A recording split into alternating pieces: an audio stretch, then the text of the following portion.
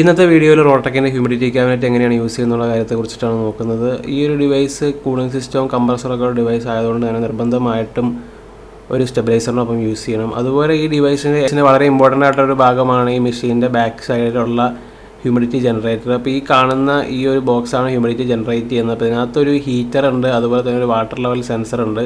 അപ്പോൾ ഇതിൻ്റെ ഉള്ളിലേക്ക് നമ്മൾ ഇതുപോലെ ഡ്രിപ്പ് പോലത്തെ ഒരു സിസ്റ്റം വച്ച് കൊടുക്കണം എന്നുള്ളതാണ്, കൃത്യമായിട്ട് വെള്ളം അകത്തേക്ക് ചെല്ലാൻ വേണ്ടിയിട്ട്. ഇൻ കേസ് വെള്ളം ചെന്നില്ലെങ്കിൽ ഈ മെഷീനകത്തുള്ള അലാം വർക്ക് ചെയ്യുന്നതാണ്. അപ്പോൾ അതുകൊണ്ട് തന്നെ ഇതുപോലത്തെ ഒരു ഡ്രിപ്പ് സിസ്റ്റം വെച്ച് കൃത്യമായിട്ടുള്ള വെള്ളം അകത്തേക്ക് നമ്മൾ എപ്പോഴും എത്തിച്ചുകൊണ്ടേയിരിക്കണം എന്നുള്ളതാണ് ഈ മെഷീനകത്ത് നമ്മൾ വളരെയധികം ഇമ്പോർട്ടൻസോടെ കാണേണ്ടത്. കാരണം ഇതിൽ നിന്നാണ് നമുക്ക് അകത്തേക്കുള്ള ഹ്യൂമിഡിറ്റി ജനറേറ്റ് ചെയ്യപ്പെടുന്നത്.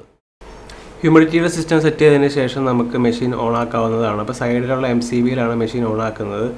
അതുപോലെ തന്നെ നമുക്ക് ഈ ഒരു കൺട്രോൾ പാനലിലേക്ക് നോക്കിക്കഴിയുമ്പോൾ പലതരത്തിലുള്ള ഇൻഡിക്കേഷൻസ് കാണാം. പവർ, ഹീറ്റർ, ഹ്യൂമിഡിറ്റി വർക്ക് ചെയ്യുന്ന സമയത്ത് ഹ്യൂമിഡിറ്റിയുടെ ലൈറ്റ് ഓൺ ആവും, അതുപോലെ ഹീറ്റർ ഓൺ ആവും. കൂളിംഗ് സിസ്റ്റം വർക്ക് ചെയ്യാണെങ്കിൽ അത് ഓൺ ആവും. വാട്ടർ ലെവൽ കുറവാണെങ്കിൽ ലോ എന്ന് കാണിക്കും. അതുപോലെ തന്നെ അലാം മ്യൂട്ട് ചെയ്യാനുള്ള ഓപ്ഷൻ ഉണ്ട്. ലൈറ്റ്, ഉള്ളിലുള്ള ലൈറ്റ് നമുക്ക് ഓൺ ആവും. അതുപോലെ തന്നെ ടെമ്പറേച്ചറും ഹ്യൂമിഡിറ്റിയൊക്കെ കാണിക്കുന്നത് ഈ ഒരു കൺട്രോളറിലാണ്. മുകളിൽ റെഡിൽ കാണിക്കുന്ന നിലവിൽ ചേമ്പറിനകത്തുള്ള ടെമ്പറേച്ചറാണ്. അതുപോലെ തന്നെ ഗ്രീനിൽ കാണിക്കുന്ന നിലവിൽ ചേമ്പറിനകത്തുള്ള ഹ്യൂമിഡിറ്റിയുമാണ്. ഇനി എങ്ങനെയാണ് മെഷീനകത്ത് ടെമ്പറേച്ചറും ഹ്യൂമിഡിറ്റി സെറ്റ് ചെയ്യുന്നുള്ള കാര്യത്തെക്കുറിച്ച് നോക്കാം. അപ്പോൾ ടെമ്പറേച്ചർ സെറ്റ് ചെയ്യാനായിട്ട് °C SP എന്നുള്ള ഈ ഒരു ബട്ടണിൽ പ്രസ് ചെയ്യുക. പ്രസ് ചെയ്തതിന് ശേഷം നമുക്ക് നിലവിൽ വെച്ചിട്ടുള്ള വാല്യൂ എന്ന് പറഞ്ഞു കഴിഞ്ഞാൽ 27 ആണ്. അതുപോലെ തന്നെ ഈ up and down arrows press ചെയ്ത് കഴിഞ്ഞാൽ കൂട്ടാനും കുറയ്ക്കാനുമായിട്ട് സാധിക്കുന്നതാണ്. അതിനുശേഷം എൻ്റർ പ്രസ് ചെയ്യുക.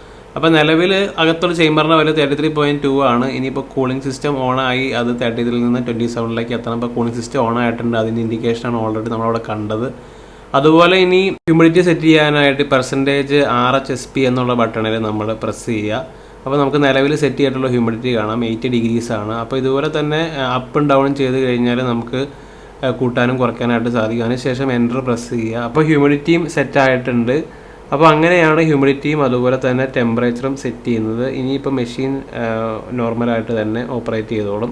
അപ്പോൾ നമുക്ക് ഇൻഡിക്കേഷൻസൊക്കെ കാണാം, കൂളിങ്ങും കാര്യങ്ങളെല്ലാം വർക്ക് ചെയ്യുന്നുണ്ടോ എന്നുള്ള കാര്യത്തെക്കുറിച്ച് നമുക്ക് കൃത്യമായിട്ട് അറിയാവുന്നതാണ്.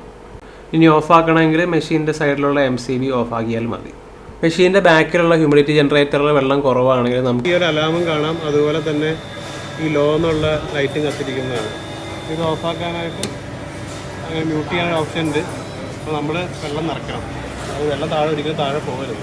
അപ്പോൾ ഈ ഒരു പ്രശ്നം അവോയ്ഡ് ചെയ്യാനായിട്ടാണ് നമ്മൾ ഡ്രോപ്ലെറ്റ് ആയിട്ട് നേരത്തെ വാട്ടർ കൊടുത്തത്. മ്യൂട്ട് ചെയ്യാൻ, പക്ഷേ അത് ലോ ആയിട്ടാണ് കാണിക്കുക.